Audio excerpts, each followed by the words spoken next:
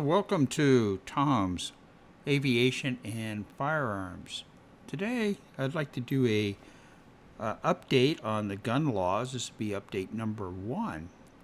And what I want to do is discuss some stuff as far as the Second Amendment. I knew I'd done this on my first thing about gun laws, but there's a few things I'd like to add. So the first thing I want to do is talk about the Second Amendment. It says a well-regulated militia being necessary to the security of a free state, the rights of the people to keep and bear arms shall not be infringed.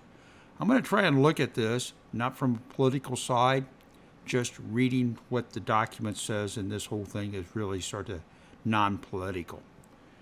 Okay, so the first thing we're going to look at is a well-regulated militia. It's a citizen soldiers, basically.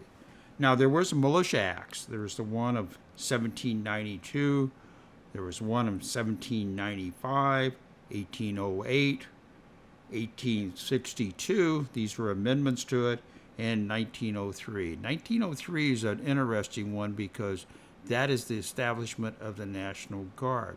And a lot of things when people talk about this to try to say that this Second Amendment only applies to the National Guard. The National Guard Act wasn't until 1903.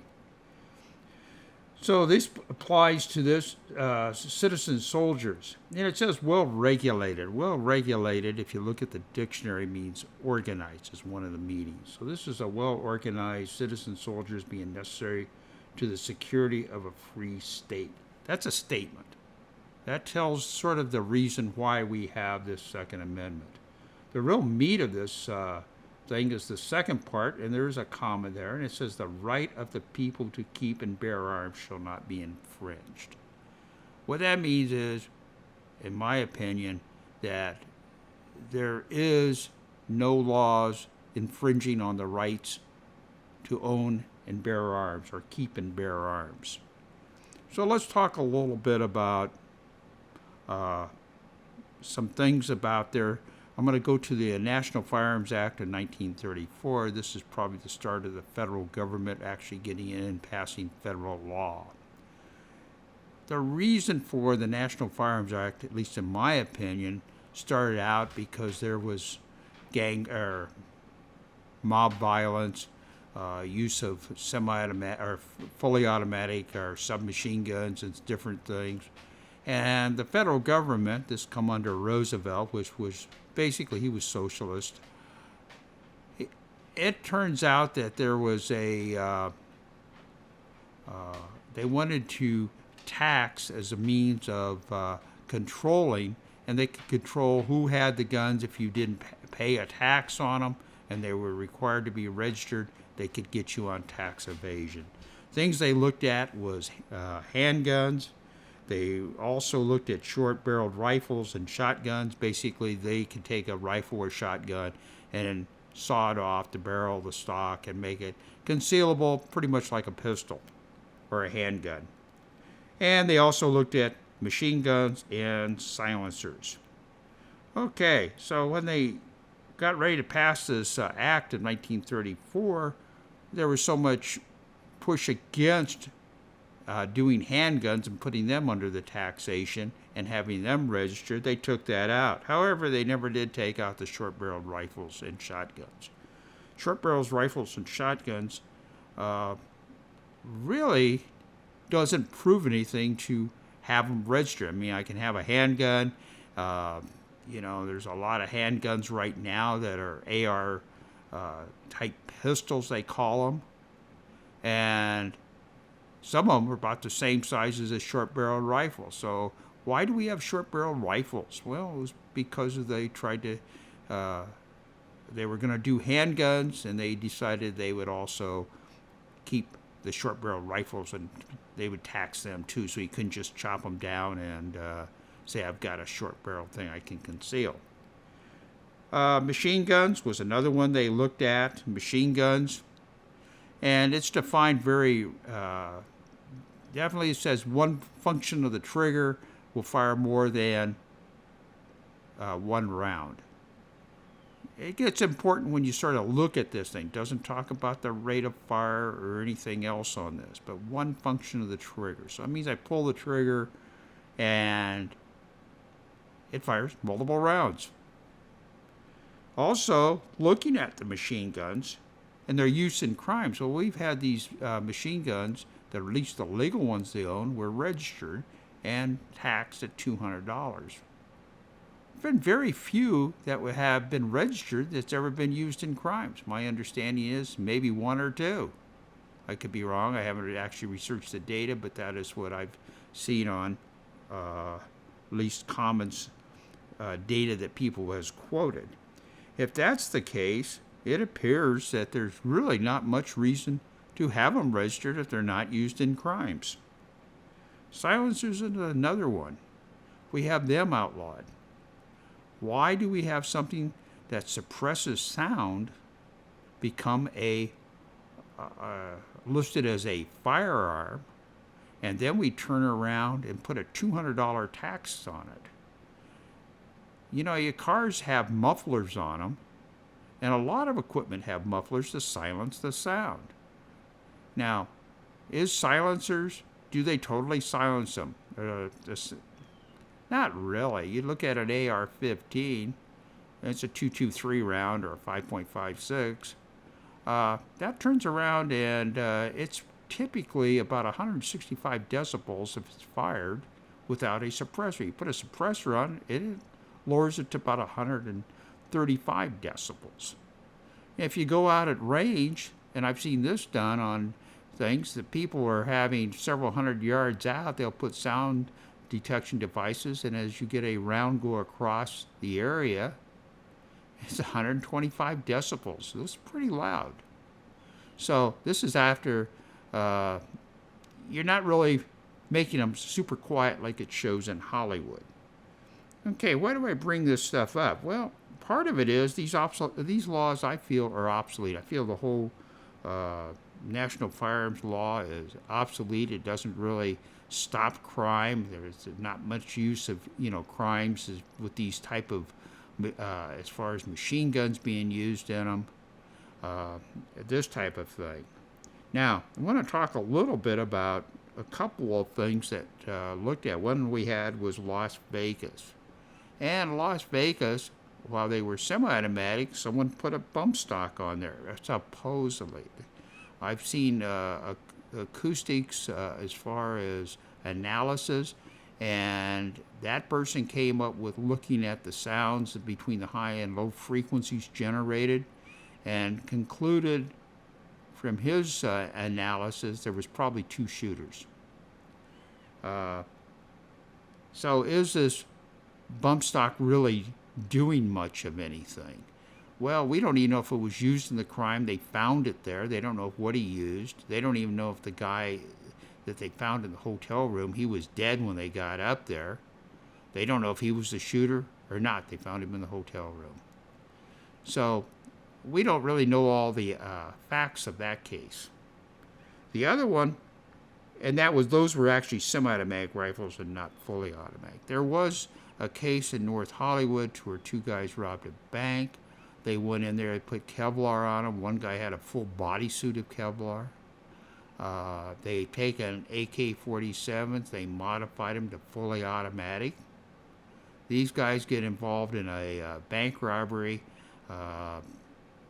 Basically, the police in the shootout on it. Handguns wasn't stopping these guys. However, the police did go to a hardware store and pick up some AR-15s, and they stopped them. Interesting thing of that, there were several people wounded, but there was only 2 fatalities in that whole shootout, and that was the 2 criminals. There was no, anyone else was not a fatality while they were wounded. So having fully automatic weapons in shootouts, like at this North Hollywood bank, it could have been semi-automatic, but full automatic didn't really help them out. A lot of this is myths coming from the Hollywood industry. They show movies, which is for entertainment. Nothing wrong with that. However, people begin to believe what Hollywood puts out on the screen. So coming back and looking at these laws, and my point of this is, that the National Firearms Act of 1934 is really an obsolete law. It doesn't really stop crime or doesn't really do anything. It just puts burdens on normal citizens and doesn't have any effect on crime. Now, what else happens? Well, we got the ATF that decides they're going to enforce this laws on this. So we have them going after, and their interpretation is several different things. One is, let's talk about silencers. They've got the idea, and this is the way they got the law written, that any part of a silencer is a silencer, which is sort of strange. And they've got so far into it that you can make silencers with oil filters. So there was a guy, this was showed on the internet, he was interviewed, the ATF came out with local law enforcement, because he bought some diesel truck oil filters, because he did work on other people and he did some shooting. So they come out to see if they can find out if he's got so-called silencer parts, because if his intent was to make silencers with these oil filters, which was legal to buy, then he just committed a felony, because now he has silencer parts. They haven't changed. They don't say anything different on the box, but that's how the federal government views it, or the ATF views it. Well, they didn't find anything with him. He's just doing oil changes for different people and stuff, and they leave him alone. We got a couple other things looking at. Is this thing called Lightning Link. It's a device that was developed that you could actually bend a couple pieces of metal. Actually, there's two parts. They go in the back of a standard AR-15, and the gun will fire fully automatic. And during the time that the ATF qualified this, any part that is typically can be used for a machine gun, they classified that as a machine gun. They also had them registered in $200 tax stamps. When it became illegal to have any new firearms, this came out in the Hughes Amendment to the Owner's Gun Protection Act of 1986, then we could have no new machine guns in it. So you could have no new lightning links. There is a person, I think in Florida, that's turned around and made some cards with printouts on them. And if you cut them out, they're not even scored. My understanding is you cut them out, fold them together, and do what you need to. The thing will actually fire. If you drop it in an AR-15, will actually fire. It looks like a metal business card with a design on it. They've classified that as a machine gun. The ATF has actually gone out, arrested the person, and got him under indictment. The other one that I'm going to bring up is rear breed triggers. Rear breed triggers has what they call a forced reset on it. In other words, when you fire the trigger and the bolt carrier goes all the way to the rear, it forces the trigger forward to reset it. And if you have a pressure put on there, when the gun gets reset, it will fire again. But it's actually doing two functions, resetting, you're pulling the trigger. So it's not really a machine gun. However, they have classified that trigger as a machine gun, sent a letter to the owner of the company and told him to cease and desist making these things and some other things. Well, he has filed an injunction in court saying it is not a machine gun. There's been 4 people that are listed as expert witnesses. This has been through court. These people have testified. They used to work for the ATF, and 4 of them have looked at this prior for it coming on the market and stating that this force retrigger is not a machine gun. The ATF has looked at it and saying, well, you're putting pressure on that trigger, it resets, it's an automatic function of your finger, therefore it is a machine gun. They're really stretching the law. Okay, so this gets back into looking at, there's another one I'd like to bring up, a stun gun. This is a British submachine gun of World War II. Now, you can go on eBay you can buy full-size prints of this gun for the receiver. And you can go down and also, because I've just looked this up, you can go on eBay, or not eBay, but you go on the internet and you can find stun gun kits. And a lot of what they call demilled. And what they basically do is they cut the barrel up with a torch and the receiver, but all the other parts are intact. Well, on the same site they sell barrels for that, so you can get a barrel, but you just don't have the receiver. Okay, so those are legal to own. You can buy it, get it, and have it there. However, you don't have the receiver, but full plans for the receiver you can get on eBay, and they're available. So let's take a look at the receiver. The receiver basically you make out of a piece of water pipe, an 1 3/8 diameter water pipe, and you can make a receiver. So if I have all the parts together, the plans and stuff, I can be charged with having a machine gun. In other words, I can get the parts, the parts kit minus the receiver from a company. I can go out to eBay and get that, and after I get it, that's still okay. But if I go down to Home Depot and buy a piece of water pipe and bring it home, now I've just committed a felony because I have a machine gun. Doesn't make a lot of sense. The other thing is, if I go to eBay, I don't even get the kit on this. If I just go out and order the plans from eBay, bring them home, get them here, go down to Home Depot, get the water pipe, still not a machine gun. However, if they're full-size plans and I tape it on the receiver, put some Scotch tape on there and tape it on there, I can now cut that, but it's marked, or at least the paper's on around it. That's classified as a machine gun part. So it's a machine gun.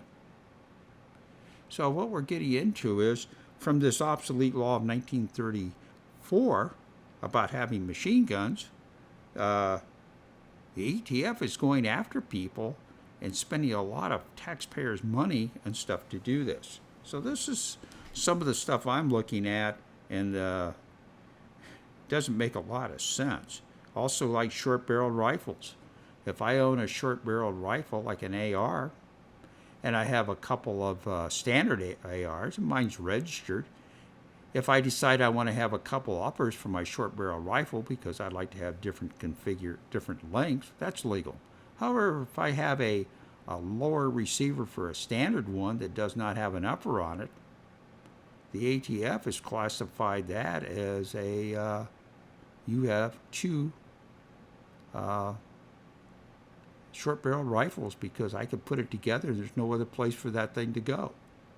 So it looks like it's traps in here. And these are felony laws.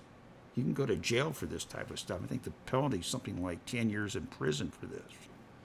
So it's really, we're looking at some very strange laws out here.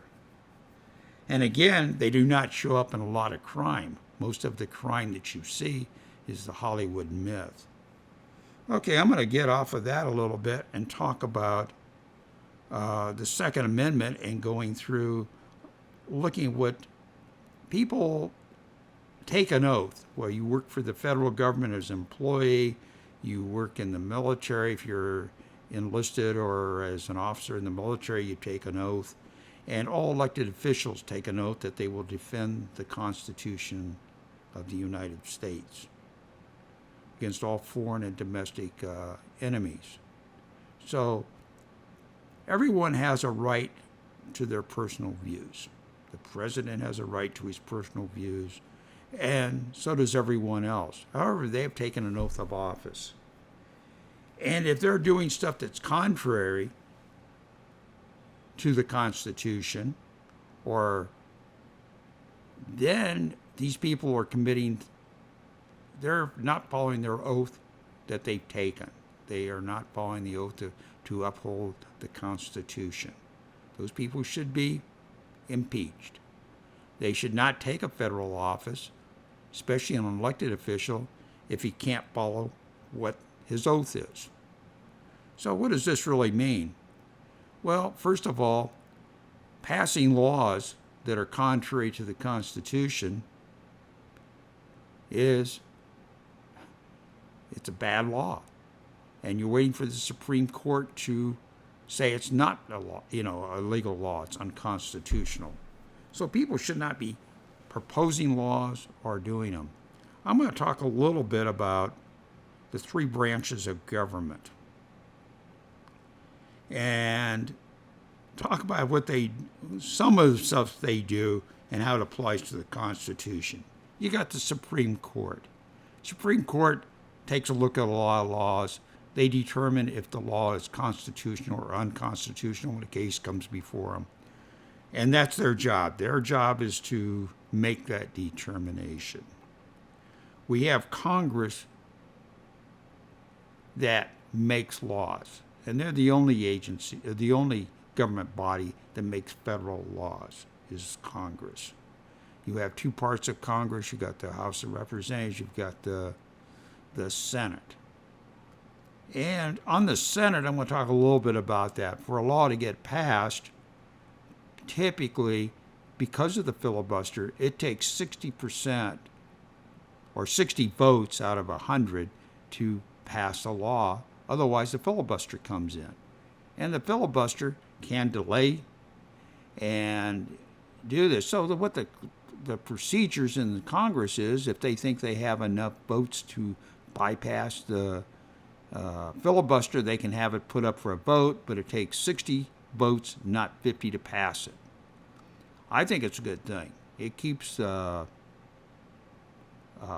Congress, the Senate, from being a just whatever the majority wants. It has to be above a majority. Otherwise, if the Senate would change positions every within one or two senators every time, our laws would get constantly changed. The House of Representatives, they're every 2 years, and they have more of what the voters, when they're voted in, what the will of the people is, closer to the people than the Senate. The Senate is the one that looks at it. It's not the same body, but looks at it a little bit more mature thing of what it is, and takes 60 votes for most stuff, and they're also in there for 6 years. So senators are looked at as the upper body is a little more conservative, I would say, and doesn't just change at the whims. House of Representatives can. So that's part of it right there. Now, problem I have with some of the people in Congress is we're getting bills proposed that are unconstitutional. We got Senator Feinstein, she's just put out one that says that she wants to ban all AR-15s and do this and make it illegal. Well, that's contrary to the Second Amendment. But she's tried this many times.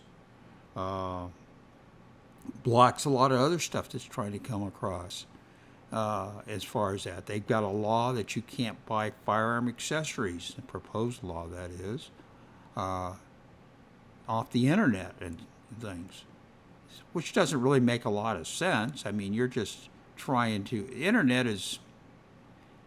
What it does, even with gun sales today, if you buy it off the internet, the gun has to be shipped to a federal firearms dealer, and then the dealer has to do the background check and the transfer. So anything over in that type of situation, unless it's in the same state, then it can be a private transaction, depending what the state law is. So looking at that, I think some of the congressmen, wherever it's the Senate or the House of Representatives, if they're proposing laws that are contrary to the Constitution, I think they should be impeached. They're not following their oath of office. Now we're coming to the executive branch, or the president. He has a right to his opinion. He can state his what his beliefs are in his campaigns and stuff, and that's fine. I mean, everyone has that right to do what they want. However, when he's acting as President of the United States and puts out a speech or anything else at that level, then he really needs to follow the oath of his office, which is to follow the Constitution. He may not like the Second Amendment. However, that's his personal opinion. He's also got in there too, and the Supreme Court said just recently that uh, this stopping landlords from evicting people because they don't pay their rent. He says, the Supreme Court said you can't do that. It's non-constitutional. It's not a law put out by this Congress. It was by CDC. He wants to enforce that. That is beyond his scope. If he can't live within his scope of his office, he shouldn't be there. It doesn't matter what party you're in. The President of the United States needs to follow the law. They're not above the law. There's been several from both parties that's probably done that. You had Nixon that was impeached because he thought he was above the law. Or he didn't get impeached. He was pending impeachment. He resigned before that occurred. But you look at these different things. So I think it's a very high office, the President of the United States. And for him to just try to enforce his own personal whims on what he thinks is necessary to run the thing, it's beyond his scope. It's way beyond the scope of the government.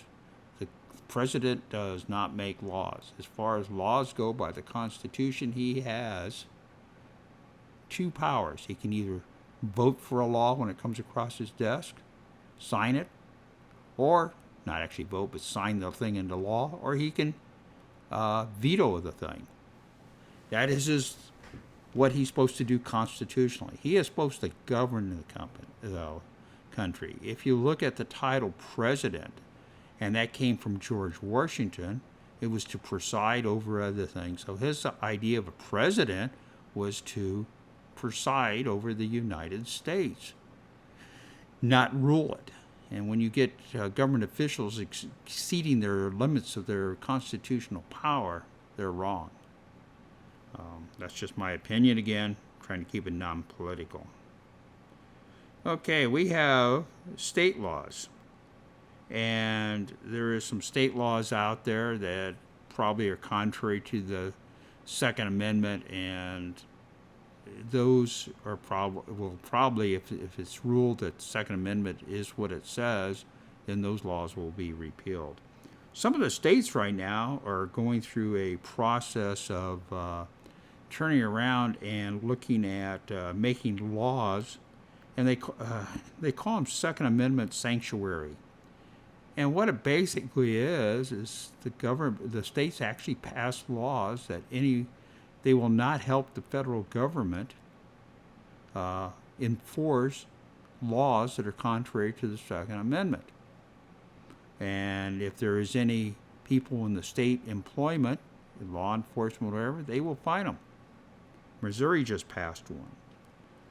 Kansas has it. I'm from Kansas. I think it's good law. And because the federal government's out of control. They're almost doing the things that they're doing. It's tyrannical. You don't follow the laws and try to do this. Well, the Justice Department and the Biden administration has trying to get the court, this is in Missouri, this was last Friday, to the judge to stay the order. He didn't. He says, I'm not going to stay this order. There's other ones pending on it and whatever. What business is it of the executive branch or president and the Justice Department to even comment about this? They're in their official positions. If he wants to campaign and talk about it as a campaign issue, that's a different thing. That's personal. But taking his personal opinions and trying to influence judges is wrong, at least in my opinion. Okay, so what I want to do, and I'm not really doing a lot of going through all the different things as far as other YouTube channels. There's a lot of them out there that actually get into much more detail and stuff, why the laws are wrong and their opinion on it. I'm trying to look at it from what the Constitution says. But I support a lot of those stations, and there's some very good arguments made on it. If you're interested in that, I would suggest you to look at them. There's many different ones I have looked at and find them very, very good. uh, status. Okay, so how is things changing? Well, in our if you look at a lot of the things being proposed to go to the Supreme Court is taking on several cases. It takes the Supreme Court, in order to look at any case, it takes 4 of the justices to say that we want to take this on. In order to get anything passed in the Supreme Court or a decision made, it's going to be at least 5 justices are going to have to rule, and maybe more, in a certain way. So that becomes the ruling. But there was more stuff going on. There's at least 5 conservatives there. Roberts will go one way or the other, maybe 6 in a lot of cases. So the Supreme Court makeup is going to have some effect on looking at this, and hopefully they will look at the Second Amendment and make a determination. So I think our status of getting and following the Second Amendment, it looks good. Outlook, I think there's going to actually be a positives on this. You see more and more. So I feel that there is a much brighter outlook for this thing. How is this affecting it? Well, the left, and we use the terms of right and left in the government. The left, which appears to be liberal, appears to be panicking a little bit. From my looking at the different YouTube channels that talk about the Second Amendment and stuff, it appears that they are trying different things. One, they're putting more pressure on Biden to try to get him to do more, way beyond what he can. Some of the stuff that Biden has done, he's tried to get in and get legislation to change. They can't get anything passed through the Senate right now, with even the 50-50 break between Republicans and Democrats. There is some Democratic senators that don't really go along with it. They can't get rid of the filibuster, so it's going to take 60 votes. They don't even bring stuff up. Biden has also turned around and asked for the director of the ATF to be Chipman. It appears that they can't even get that confirmed because of he's a little bit out there. You can look at the different channels and see what it is. But Schumer won't even put it up for a vote because they won't get their votes. They will not get 50 votes. If they get 50 votes, then Harris can turn around and break it, having 51, and the majority goes that way. However, they can't even get him through the confirmation portion. So Schumer doesn't put it up for votes. Biden still hasn't retracted. Chipman could turn around and withdraw his own name, but he hasn't done that. So we're sort of in limbo, which is fine. He's not going to get, it appears he will not get confirmed. So the outlook looks good from what's going forward. This is my opinion at this time based on looking at the different things. So I feel very hopeful that things will eventually come around and this restriction of taking guns away from Americans, law-abiding citizens, won't happen. So there's a lot on it. Anyway, that is my spin on this. And anyway, have a good day, and I will put more information out, probably some stuff on aviation. That's my next looking at some stuff. So anyway, have a good day, and thank you.